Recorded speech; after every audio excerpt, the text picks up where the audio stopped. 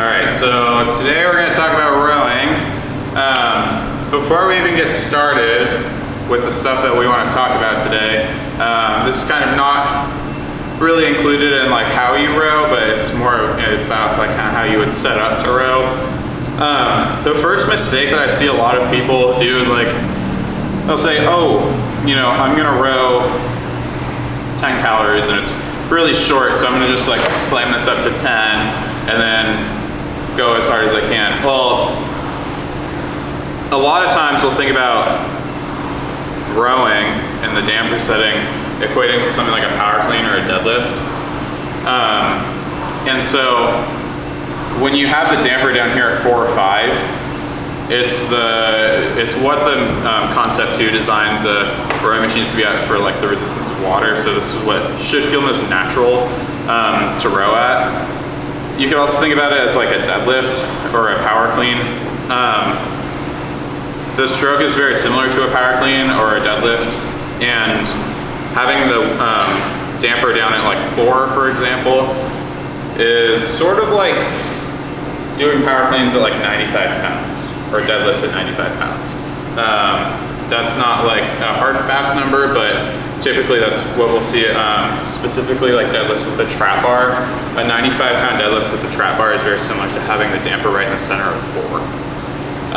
And so if you were going to do 10 deadlifts as fast as you could, and I wanted to load the trap bar up to 275 or 95, probably going to choose the 95-pound bar, and you're going to be able to get more reps in, or complete the reps faster, right? So this is typically the most optimal range for resistance for the rowing machine.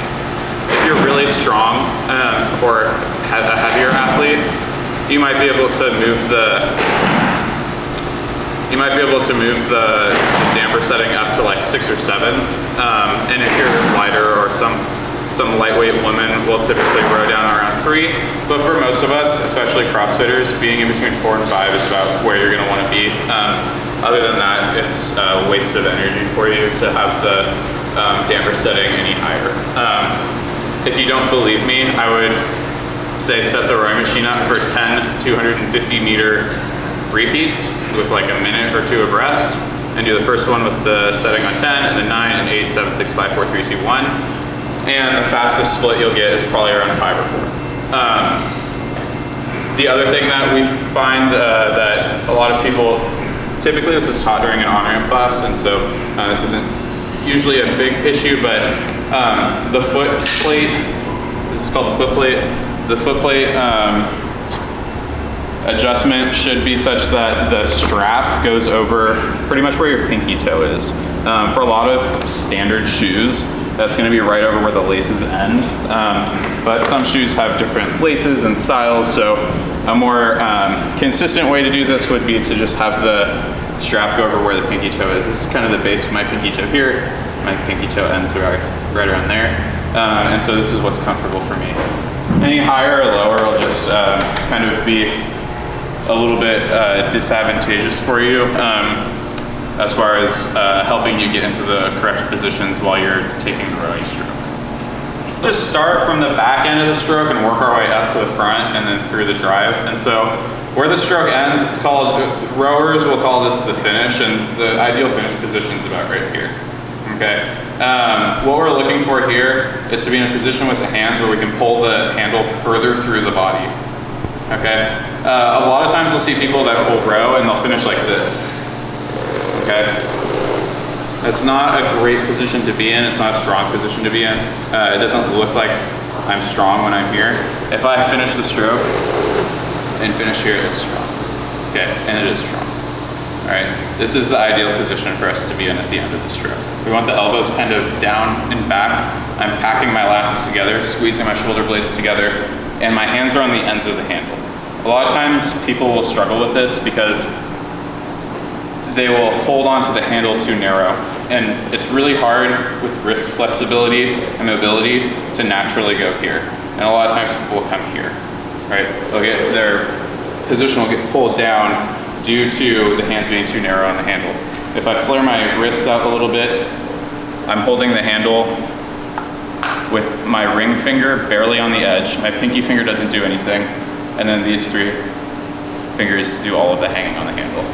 Okay, when I finish the stroke here, this is nice and strong. Okay, it allows me to kind of flare my wrists out a little bit, and I can bring my elbow back and high.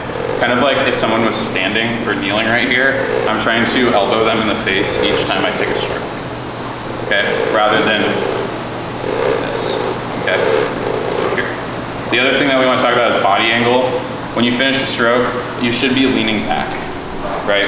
So we want to be in a position that's, I don't know, maybe, I don't know what degree that is. You're going to need a protractor if you want to figure out what degree it is.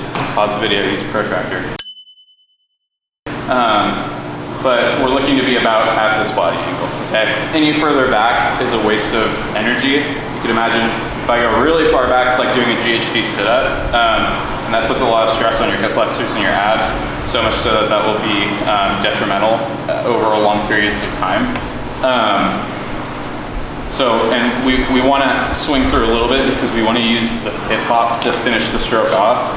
So really the ideal position is here. This is kind of the sweet spot between not going too far back and having to do like a full sit-up every stroke, but it's also enough angle that we can swing our hips through and generate a little bit of extra power by throwing the weight back into the handle. So the next thing that'll happen after you have nailed your finish position is you're gonna need to go up to take your next stroke. Most people will call this the recovery. Rowers will call this the recovery of the stroke, or the recovery. It sequences it on most of the diagrams that come with Concept 2, and it's hard for people to kind of break down. But the way it's gonna look is you're gonna finish your stroke, you're gonna push your arms away first, stretch your hamstrings, and then compress the legs up to the front of the stroke, okay? So I finish my stroke, I push the arms away first, stretch the hamstrings, and then come to the front of the stroke, all right? Another way you can think of it is punch the hands away and then let the body follow the hands, okay? Hands come away, let the body follow the hands. We don't want to be doing this, right? We don't want to be leaning forward and then punching at the same time, okay? It's inefficient and it will lead to doing this, okay? So, in that same right, a lot of times what we'll see, and this is specific to CrossFitters, is people will row like this.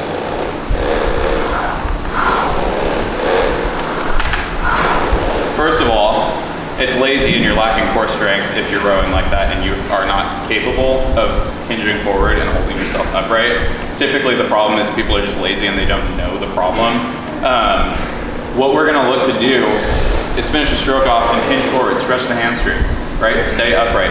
You need this forward body angle so that you can get the hand further into the cage, okay? By getting the hand further into the cage, you can then get more calories. The calories are a function of how much work you're doing, and the work is measuring how fast and how far you're moving the chain.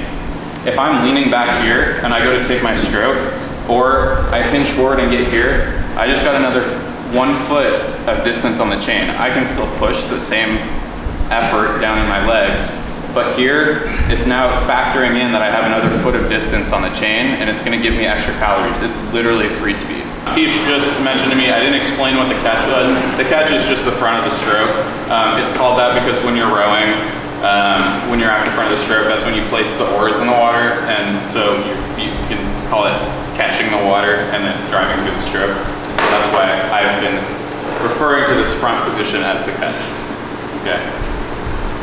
The secondary to the finish and coming, like, recovering, the other huge problem that CrossFitters have is their body angle doesn't stay correct during the drive, okay? And so in this classic example of someone who is lazy and they come forward like this, what happens is they then press back and they lead with their shoulders first, okay? That's wildly inefficient, right? Imagine doing a clean, and the first thing you do in the clean is try and pick it up with your body and keep your legs bent.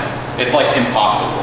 It's not like a biomechanically favorable way for you to move or move low.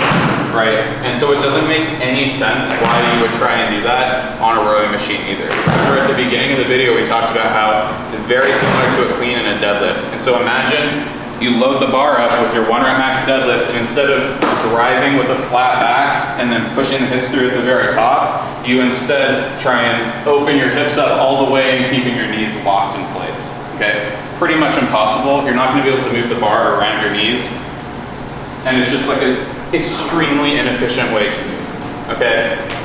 With the rowing stroke, in the same way, you can imagine a power clean or a deadlift.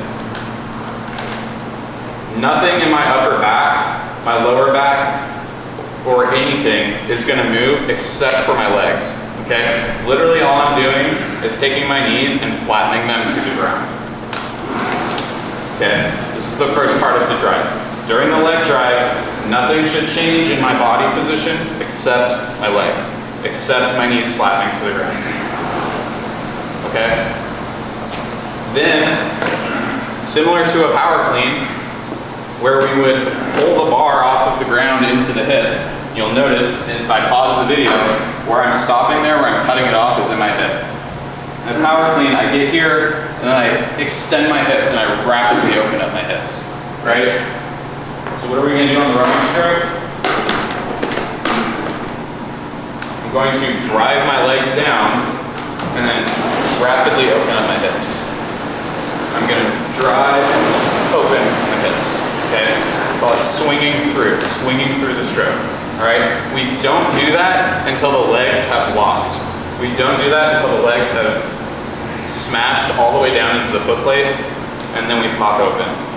Now, finally, for the power clean analogy, imagine doing a power clean, and after you pop the hips, the bar is coming up, and then you just wait, and then like try and reverse curl it. I'm sure there's people at your gym that do that, and you watch it, and it's like, oh my god, that is the most ugly thing I've ever seen in my entire life. Why are they doing it that way? Okay? Now you can think about people rowing that way, and it'll be depressing for you always. But the arms in the rowing stroke are similar to the arms in a power clean. What are they doing? They're just guiding the bar up and then helping support the bar. Here, on the rowing stroke, the arms are just guiding the handle into the sternum, right? I can generate 90% of my power without using my arms, right?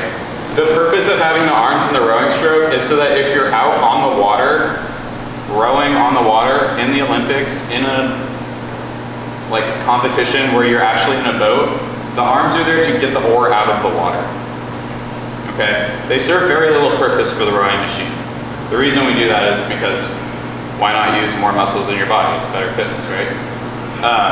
It's good for rowers to train the movement pattern of the arms, but specific to CrossFit, they serve very little purpose, okay? And so if you're someone who finds that your arms are always really tired when you're rowing, you're doing it wrong, okay? And like, pay attention to hanging on your lats, popping the hips open, and then just using your arms to kind of gently guide the handle into the body, okay? Let's say 10% of your power is gonna come from your arms, right? 30 of it probably comes from the hip hop, and whatever the remainder is, 60% is gonna come from the leg drive, okay? Similar to a power clean.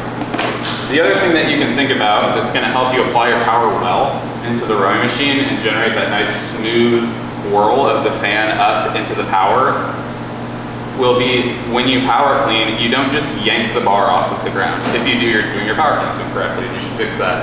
But when you power clean, you create your tension, you generate it, you accelerate the bar into the hip, and then you have this rapid explosion. The impulse on the bar is highest at the hip. The speed on the bar is highest at the hip. If the speed on the bar is the highest from the ground, you're not cleaning correctly, right? So when we clean, and you can watch any Olympic weightlifter, they get the bar off of the ground, and then they accelerate it through the power position and pop it open with their hips. We're gonna do the same exact thing on the rowing machine, okay? The minute I lock it at the front end, I'm accelerating through. Okay, I'm not stomping as hard as I can at the very front of the stroke. It's an inefficient way to apply power, and it can create unnecessary tension in your back, right? Imagine trying to yank the bar off of the ground with the heavy deadlift versus getting tight and then pulling it and like finishing the pull off of the deadlift, right? Same idea. If I just like latch on and just yank really hard, it's gonna like be this jarring tension in my back that we don't want, okay? So, from the front of the stroke, I latch on and then push harder as I get through the stroke.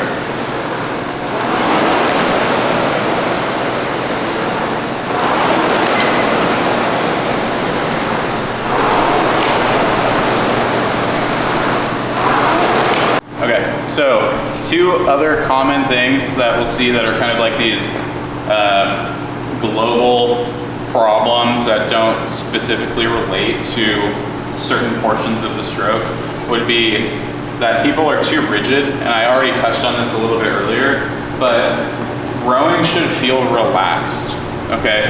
It should be this long, relaxed thing where you reach up into the front, you take your time. It's called, my coach always used to say, it's called the recovery for a reason, because you're recovering from the stroke you just took, right? Relax and enjoy your rest before you have to take the next one, okay? And so you say long and relaxed.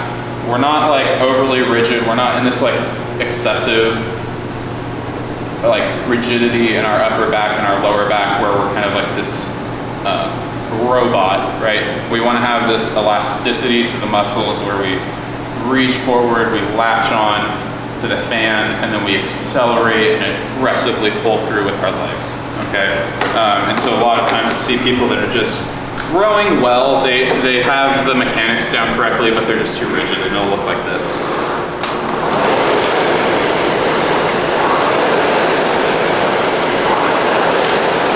Right, and it's just not a pleasant way to row, and it's creating a lot of tension that you could otherwise do without and save energy, basically, okay? And so on those strokes, I brought it up to about 1400, and I can do the same thing and just stay super calm and relaxed. Just easily take it to the same place with like a lot of elasticity and ease in the stroke. Okay. Additionally, and this kind of ties into this, is rowing at a lower stroke rate is going to help you, okay? A lot of times people will get excited and they'll be like, oh, I'm gonna like do as many strokes as I can because it's gonna help me. Well, sure, if you're really efficient, that's true. But if I row like standard, like high rate CrossFit here, and I put the, you can film the screen, I'm like going pretty hard, I'm going as fast as I can, right? This probably looks familiar to a lot of people. I'm getting 950 at like 35 strokes per minute.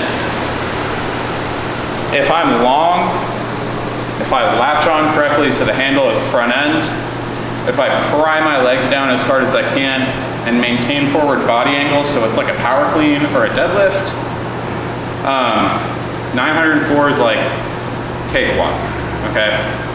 I can put it at a 20 or 820, that's 20 strokes per minute, and probably with effective power application bring it up to 2000, so let's try right now. So we're gonna build up to a 20, it's gonna look really calm and relaxed.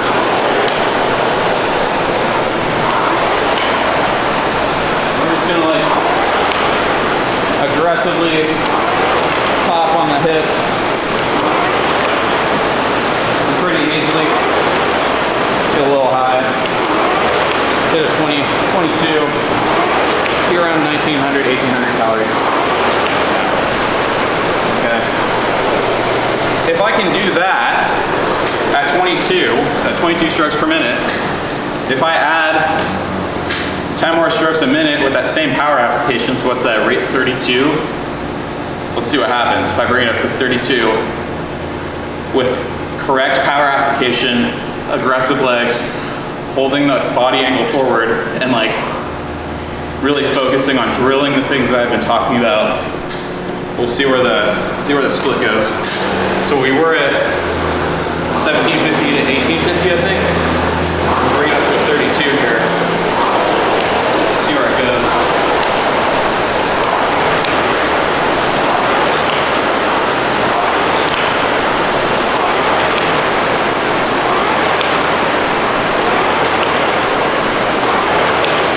cruise here for so long.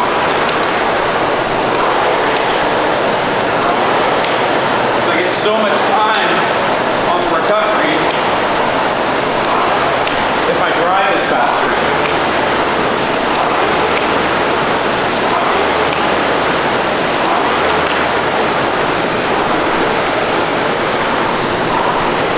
Right? So if I'm at a 32, I can hit a 32 and bounce back and forth, right? So I'm still doing 32 strokes a minute.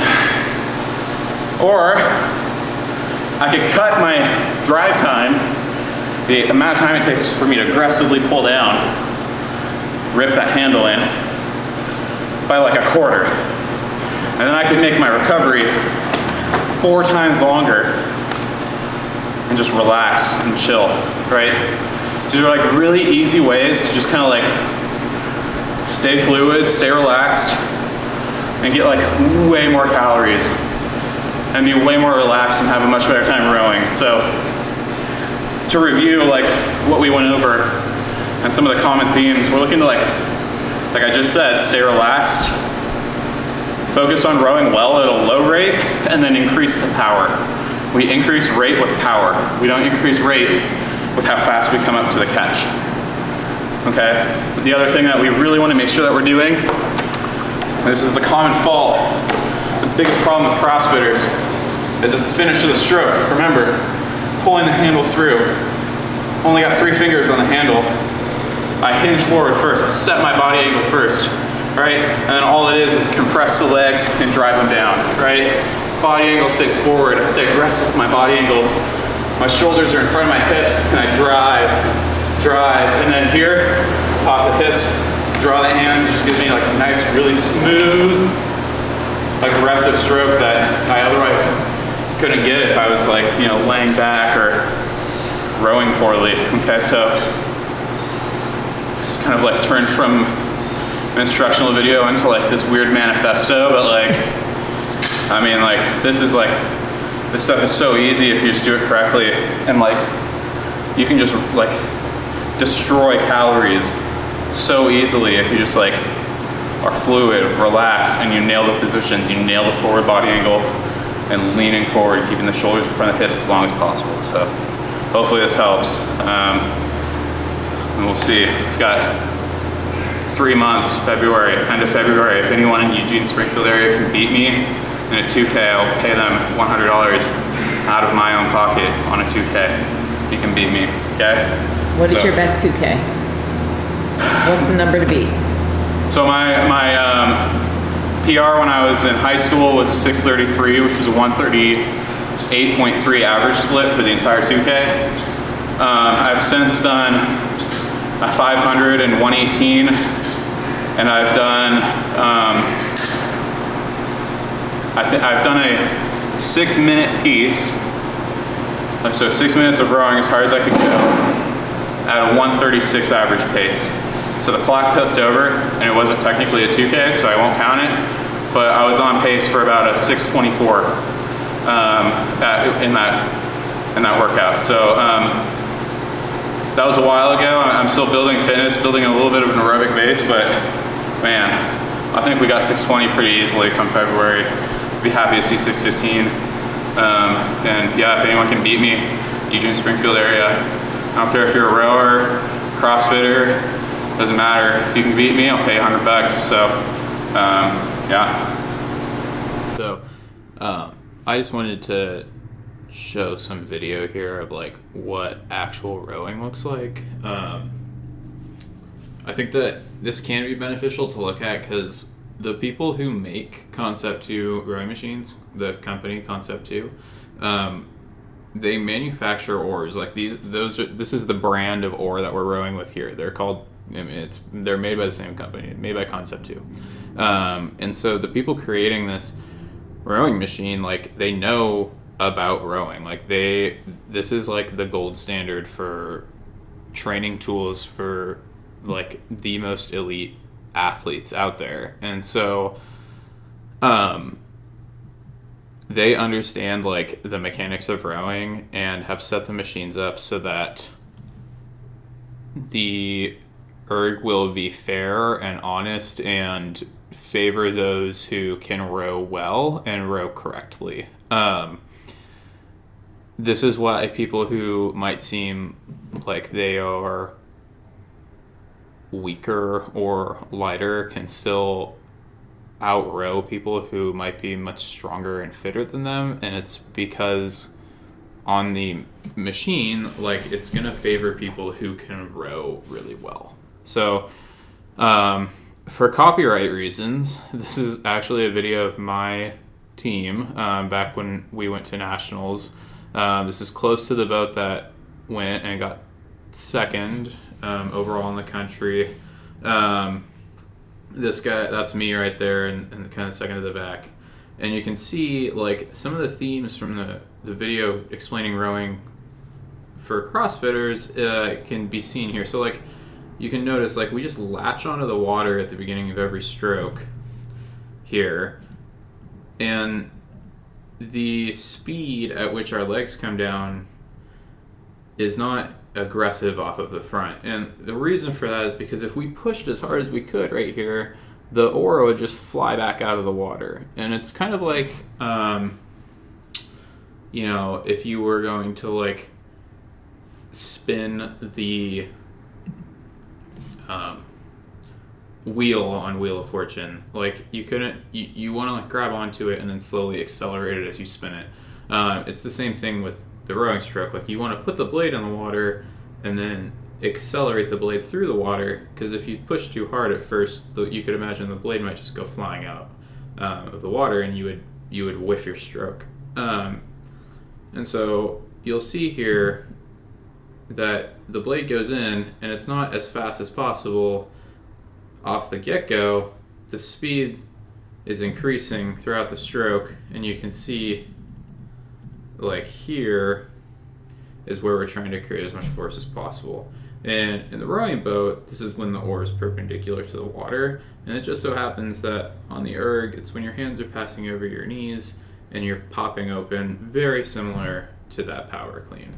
Okay, so we put the oars into the water and then accelerate through, and this is just, like, kind of the same theme on the rowing machine, is that we want to latch on at the front end, latch on at the catch, and then accelerate through to the end of the stroke. You'll see here, we accelerate through, and you can see, especially here, we're creating this bend in the oar, because this like, lever angle here is the most favorable kind of, like, mechanical setup for me to generate as much torque on the blade as possible. And so, like I said, the people who create the rowing machines, concept 2, they understand how rowing works. They create these oars so that they will be fully flexed and bent here at this point in the stroke, right when I start to pop my hips open.